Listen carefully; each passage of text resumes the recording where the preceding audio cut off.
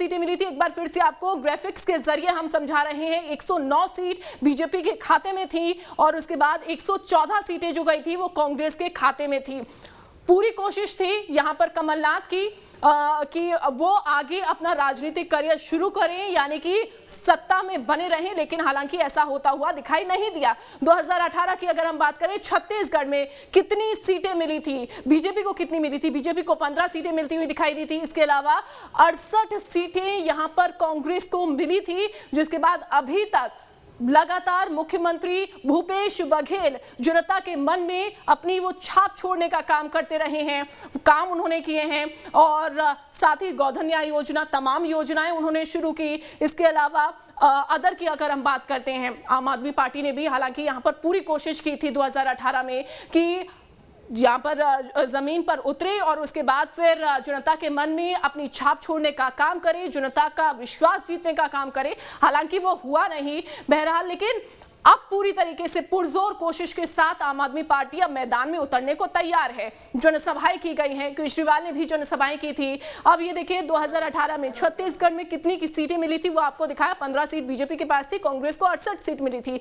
BSP यहां पर भी अपना पैर जमाने की कोशिश करती हुई नजर आई थी, लेकिन बीएसपी को 2 सीटें ही उस दौरान मिल पाई थी। अब जेसीसी-जे को 5 सीटें मिली थी, लेकिन ज्यादा फर्क उसका पड़ता हुआ दिखाई नहीं दिया था। लेकिन कांग्रेस पूरी तरीके से अपना जमीन को बचाने की पूरी कोशिश यहां पर करती हुई दिखाई थी और उसने बचा भी लिया, उसने किया भी। यहां पर रमन सिंह को हराकर, उनकी सरकार को हराकर खुद मुख्यमंत्री भूपेश बघेल ने सरकार बनाई और उसके बाद जनता के मन में वो छाप छोड़ने का काम किया। मुख्यमंत्री भूपेश बघेल लगातार उसके बाद जनसभाएं करते हुए नजर आए थे और ये वादा भी किया गया था कांग्रेस की तरफ से कि अगर मुख्यमंत्री भूपेश बघेल कांग्रेस की सरकार बनती है, वो अगर सत्ता में आते हैं, वो अगर यहाँ पर जो वादे उनकी ओर से किए गए थे उनमें से कई वादे ऐसे रहे जो कि उन्होंने पूरे भी किए। अगर हम कर्ज माफी की बात करें, किसानों का तमाम कर्ज माफ भी उनकी ओर से किया गया,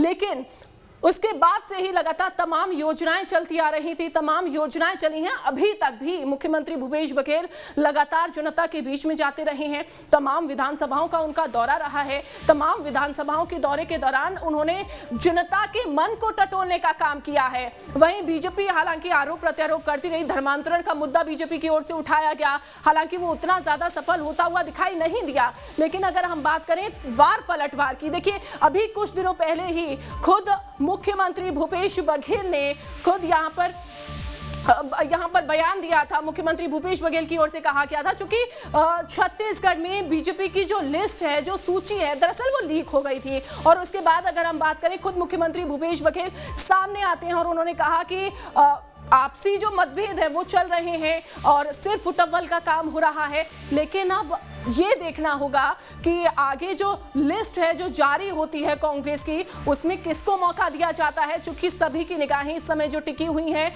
वो कांग्रेस पर टिकी हुई हैं, चूंकि कांग्रेस ने अभी तक लिस्ट जारी नहीं की है। मध्य प्रदेश की अगर हम बात करते हैं तो मध्य प्रदेश में भी कांग्रेस ने अभी तक लिस्ट जारी नहीं की है, चूंकि वक्त ले रही है कांग्रेस की ओर से कहा गया है कि अभी पितृपक्ष चल रहे हैं, पितृपक्ष की वजह से लिस्ट जारी नहीं हुई है। लेकिन नवरात्रि में जरूर लिस्ट जारी हो सकती है, यानी कि थोड़ा सा इंतजार जरूर करना होगा। लेकिन अब देखना होगा कि किसको मौका देती है। अब बीजेपी की तरफ से तो लगातार बीजेपी की तरफ से तमाम ऐसे दिग्गज नेताओं को, तमाम मंत्रियों को मैदान में उतारा गया है। अब उसके अलावा अगर हम बात करें तो इंतजार है कांग्रेस की लिस्ट का। तो देखिए ये लगातार हम ग्राफिक्स आपको दिखा रहे हैं। 2013 में देखिए बीजेपी को कितनी सीटें मिली थी, 39 सीटें यहाँ पर, माफ कीजिए 49 सीटें मिलती हुई यहाँ पर बीजेपी को दिखाई दी थी। कांग्रेस को देखिए 39 सीटें ही यहाँ पर मिली थी। छत्तीसगढ़ की हम बात कर रहे हैं और अगर अदर की अगर हम बात करें तो 2 सीटें ही यहाँ पर मिली थी। कड़ा मुकाबला उस दौरान भी बीजेपी को देखने को मिला था और कांग्रेस में देखने को मिला था ये, लेकिन यहाँ पर बढ़त जो मिली थी वो बीजेपी को मिली थी। लोकेंद्र हमारे साथ जुड़ गए हैं। लोकेंद्र ओवर। ये बस इंतजार खत्म होने को है। बिना ब्रेक के न्यूज स्टेट पर सबसे बड़ी कवरेज इस वक्त आपको हम दिखा रहे हैं। चुनाव से जुड़ी हुई कहीं जाइएगा मत, एक एक अपडेट आपको लगातार यहीं पर मिलेगी। और 2018 में कब चुनाव हुए थे? 6 अक्टूबर को घोषणा हुई थी। इस बार 3 दिन लेट 9 तारीख को हो रही है। एक चरण में ही मध्य प्रदेश बड़ा राज्य, लेकिन एक चरण में चुनाव हुए। 28 नवंबर को पिछली बार वोटिंग हुई थी। छत्तीसगढ़ के कुछ इलाके संवेदनशील हैं, इसलिए 2 चरण में वहां पर वोटिंग कराई गई थी। बेशक छोटा राज्य है लेकिन संवेदनशील है। कई जगह ऐसी है नक्सल प्रभावित, इसलिए वहां पर इस बार भी हो सकता है 2 चरणों में वोटिंग हो। पिछली बार छत्तीसगढ़ में 18 सीटों पर 12 नवंबर को वोटिंग हुई थी और 72 सीटों पर 28 नवंबर को वोटिंग हुई थी। 2018 का रिजल्ट जो इलेक्शन का पूरा शेड्यूल जारी किया गया था वो हम बता रहे हैं। 11 दिसंबर पिछली बार काफी अहम तारीख थी जब सर्दियां भरपूर थी, लेकिन मध्य प्रदेश छत्तीसगढ़ में उस दिन राजनीतिक गर्मी छाई हुई थी क्योंकि रिजल्ट सामने आए थे। छत्तीसगढ़ में एक तरफा कांग्रेस को जीत मिली, मध्य प्रदेश में पेच उलझ गया था उस बार और किसी को पूर्ण बहुमत नहीं मिला था। लंबा प्रोसेस चला, उसके बाद किसी तरीके से कांग्रेस की सरकार बनी।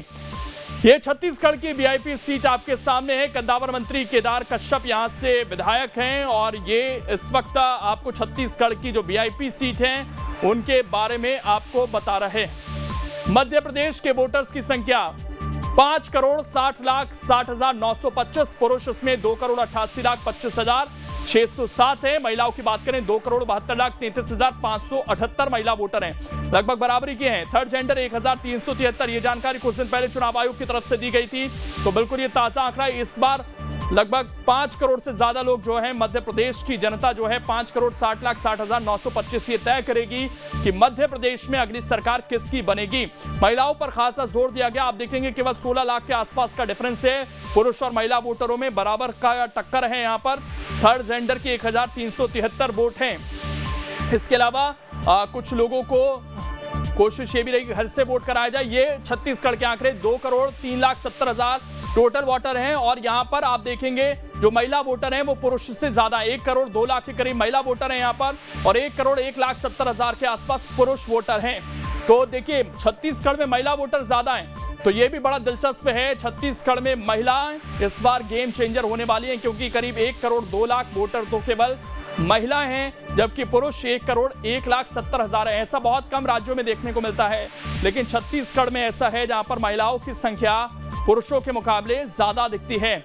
करीब ये 2 करोड़ की जो जनसंख्या है ये तय करेगी कि छत्तीसगढ़ में क्या कांग्रेस सरकार दोबारा से वापसी करेगी या फिर बीजेपी जो कि दम भर रही है कि हम वापसी करेंगे, वो तय हो जाएगा। और कुछ ही देर में मौका कब मिलेगा जनता को वोट डालने का वो भी तय हो जाएगा, क्योंकि चुनाव आयोग की बस थोड़ी देर में प्रेस कॉन्फ्रेंस होने वाली है, उस पर सबकी नजरें बनी हुई हैं और ये हम आपको तब तक सिलसिलेवार तरीके से डिटेल सिखा रहे हैं।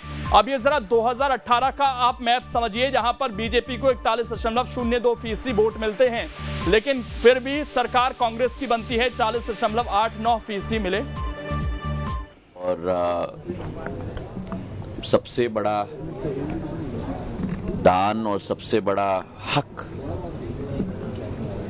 मतदान का होता है और मुझे पूरा विश्वास है कि हमारे 5 प्रदेश के मतदाता, और इसलिए मैं कहता हूं मतदाता क्योंकि मतदाता भगवान स्वरूप होता है, उनका विकास और प्रगति के प्रति, देश के वर्चस्व के प्रति, प्रधानमंत्री जी के नेतृत्व में भारतीय जनता पार्टी की सेवा, सुशासन और गरीब कल्याण की नीति के आधार पर पूर्ण आशीर्वाद भारतीय जनता पार्टी के साथ रहेगी।